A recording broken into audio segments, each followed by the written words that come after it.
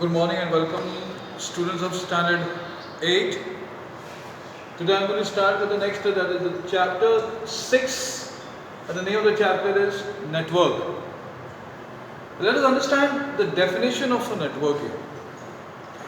You might have heard about the byline of Nokia, कर लो दुनिया मुट्ठी में.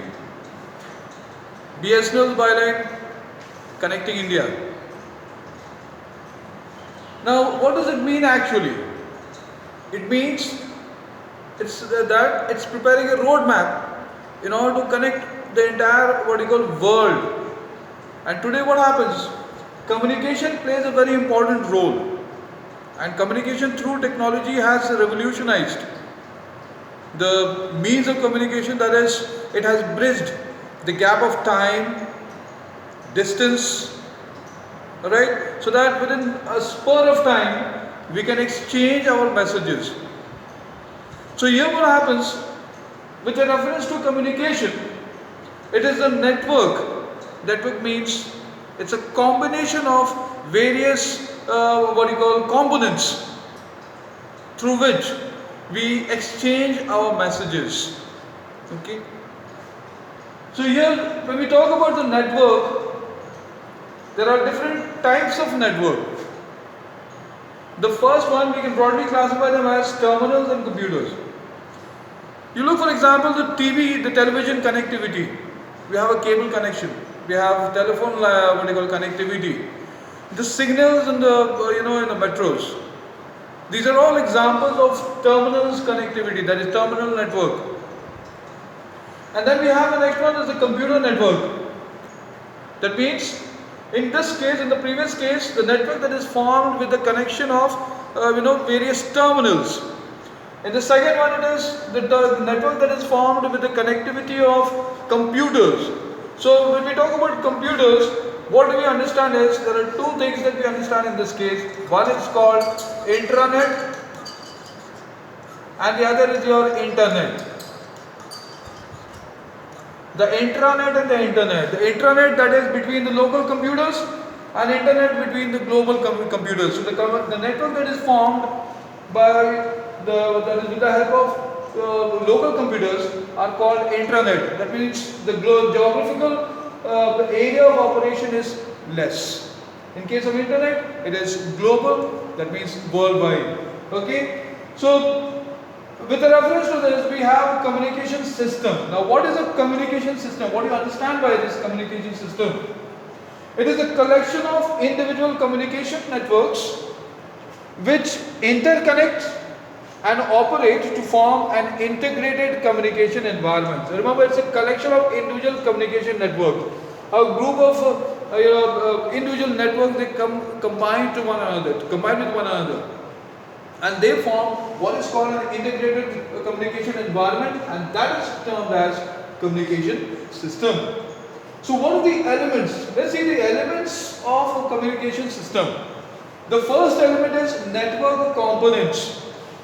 The network components, what are they? These are the components that help us to, to communicate messages, to communicate information. The most important part of the network components are the sender, the medium, and the receiver. Sender is the one, or is a source from where the message originates, the information originates. Receiver is the destination where the information is sent. And the medium is, through which it's it's an environment through which the message travels from the sender to the receiver. Now, these are the most important components of a network. That is, we call it as the elements of a communication system. One of the most important. In the absence of any one of them, the communication will be snapped. It will not build up. It will not proceed. That means if the sender is not present, that means the question of the origin of message does not arise here. If the receiver is not there, that means what is the use of sending a message, to whom we are sending? And if the medium is not there, That means the question comes in how the message is going to be transferred from the source to the destination. That's why they all play a very important, very crucial role in in the communication. Then we have the next one. When we talk about the next one, that is transmission media or the medium. As I just now I discussed about the medium. So the short form we have the media. Okay, that is the environment through which the message or the information is transferred from the source, that is from the sender, to the destination, that is the receiver. So there are two ways of transmitting information from the source to the destination. The first one is your wire. In the case of the wire, that means we have a wire connectivity. There's a physical wire that is present, which connects the source with the destination, as in the case of telephone. Now in the telephone, what happens? We have the twisted pair cables are there. These are called, also they are known as cables.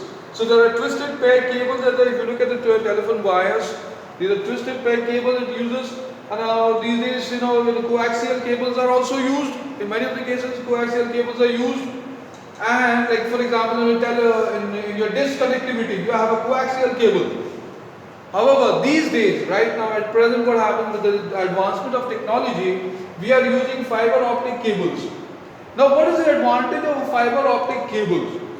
In case of twisted pair cables and the coaxial cables, only as we know that the communication is made either that is in computer with reference to computer, communication is made in the form of analog data, okay, as well as the digital data. Here in this case, what happens? The twisted pair cables and the coaxial cables, okay, these two, they communicate. They allow analog kind of data to pass through. I'll go into detail about the analog and the digital. Then we have the fiber optic cables. Fiber optic cable is the one which allows, which helps in transmitting both analog as well as digital data. That is why it is more preferred compared to twisted pair cable and the coaxial cable. Then we have a wireless transmission media. In the wireless transmission media, what happens? These media, they work through microwaves or electromagnetic waves. Okay. Now, since they are using the electromagnetic waves, remember one of the feature of electromagnetic wave is that it travels in a straight line. Okay. So there is always a chance of getting obstruction, or rather getting obstructed. In case of radio wave, radio waves travels through the air, and we have the earth has a different layers of the stratas are there. One of the layers of earth is we call it as ionosphere. Now in the ionosphere, what happens? The charged particles moves. They are in constant motion. So any disturbance in the constant in the ionosphere may result into obstruction in your in the signal. That's what happens when you are using a transistor of the radio. That sometimes you don't get a good signal. The reason is because of the microwaves, the obstruction there. That means ionic disturbance is there. So since there is an ionic disturbance, you may not get a clear reception. Then we have the satellite. Of course, and before I move on to satellite, I would like to add some more points over here. In the mobile towers, that's why you find in the mobile towers, they are usually placed at the higher altitude. There's a reason so that there is a perfect line of sight is built up, and this is one of the reasons that mobile towers are placed on top at higher altitude. Then the satellite.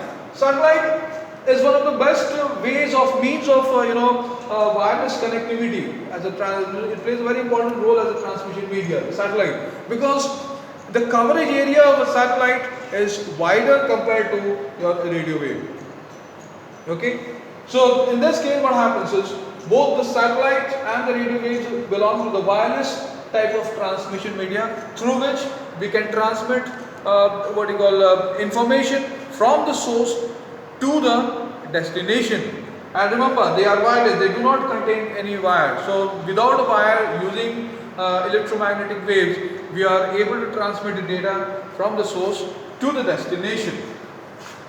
Then comes the much awaited one, that was transmission signal. Please remember the transmission signal. One is your analog signal and the other is your digital signal. As you know, that analog signal, it's basically it works on continuous data. Okay, continuous data. Now, like for example, a speedometer. When you see the speedometer, you see when you drive a bike or when you drive a car, you see the speedometer, the handle, the handle of the speedometer, it goes up to a certain limit, again it comes down. Even the thermometer, also the same way. So in such cases what happens, they work by measuring the quantity. Okay, there is a certain angle over there with the angle, like for example the analog clock that you have. You have an analog clock over here. Okay, there is an analog clock. If you notice, there is a certain angle right now. Okay, though it's not the perfect time, but it's giving us about 4:45. It's an angle through which we can understand that exactly, it's an analog time. Then another one is your digital. Digital works on digital, on discrete data. Okay, it works not by measuring the quantity, but by counting. It works by counting. So these days what happens, most of the computers that we have, they follow this particular type of signals, that is the digital signals. Even the supercomputers, if you consider, supercomputers, they work on both analog as well as digital. That's why they are also called hybrid computers. Then we have the communication protocol. Now what is a protocol? Protocol basically are the rules or the guidelines, okay, through which the messages or the information is transmitted from the source to the destination. Remember, it's a rule, it's a guideline, okay, through which the data is transferred from the source to the destination. So there are two ways of communication protocols are there. There are two types. One is called the broadband and the other one is your Wi-Fi. The broadband, in case of broadband, it's a high-speed communication system is there. That is communication protocol rather. Here in this case, what happens? The data is measured in terms of what we call it as baud. B-A-U-D. This is the measuring unit.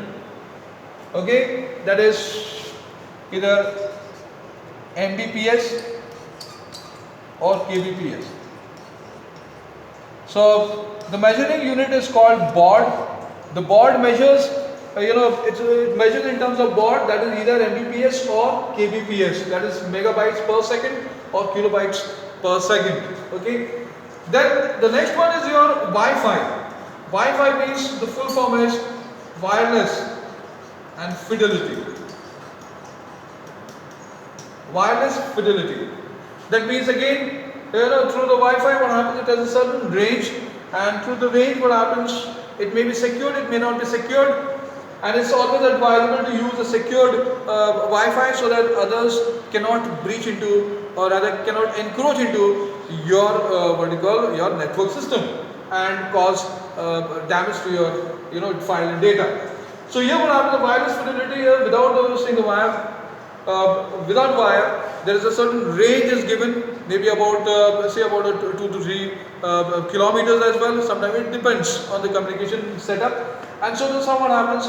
It helps us in building a communication system.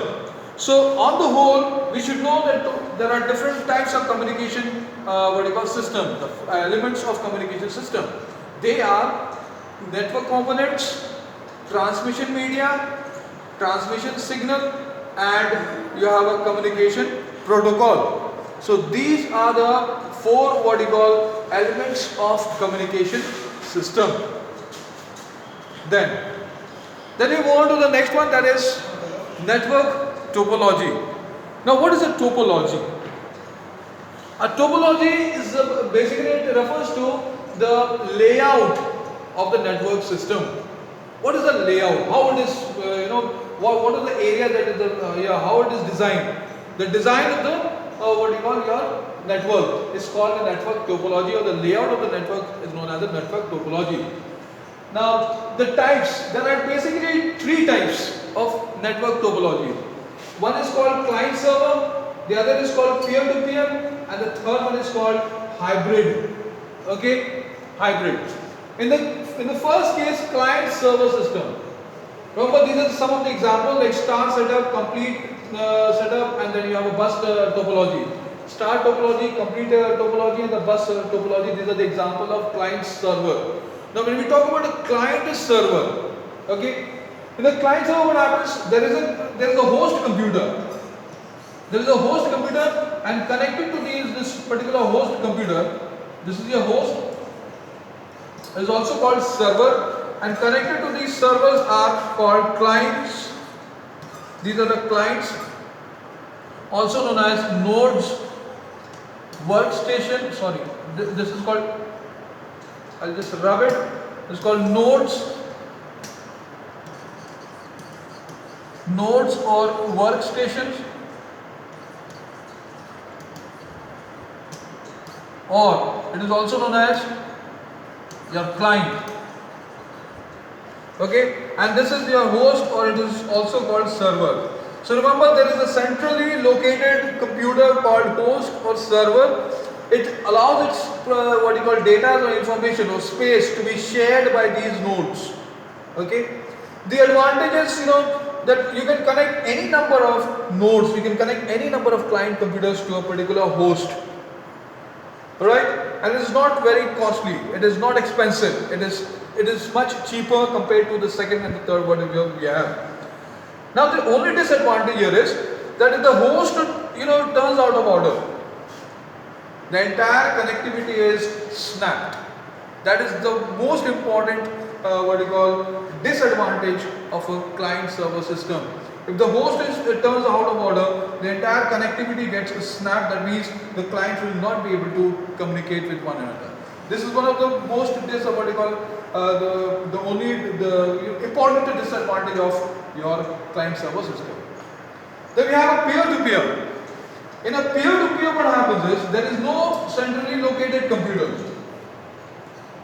There are no centrally located computers, or there are individual computers connected to each other. There are individual computers that are connected to each other this way. So here what happens is, this is called a ring type. Okay, it's called this. The advantage is that any computer can have a connectivity, can share the data with other computers in the ring. The only disadvantage that we find over here in a peer-to-peer group is that, remember, if there is an extra connectivity, if you want more connection, then what happens is there is a cabling cost is involved in it. And the cable connectivity, for example, if I have one computer connected, that means I have to have 1, 2, 3 and 4 cables connected. So it is a costly affair. That's the only disadvantage that a peer-to-peer group has. Okay, but the advantage is that it works both as a client as well as server. Each one of the computer can share others resources. And the next is, if this computer turns out of order, if one turns out of order, the rest all will work. There is no problem as such in this case. Then remember ring. This is why we call it as a ring type. Then we have a hybrid computer. Now the hybrid types of network topology. In the hybrid type, what happens? There is one computer which is of ring type, peer-to-peer, and the other is your client server. So when we merge the client server topology with a peer-to-peer topology, then it is called a hybrid type of topology. Okay, hybrid type of topology. So this is just an example of hybrid type of topology, that is internet. Internet basically is an example of hybrid type of topology that is involved both client server as well as peer-to-peer. Right? Like suppose we have, say, about 10 of us are having peer-to-peer computers. We are having a peer-to-peer connectivity. And then what we do is we connect to a particular server.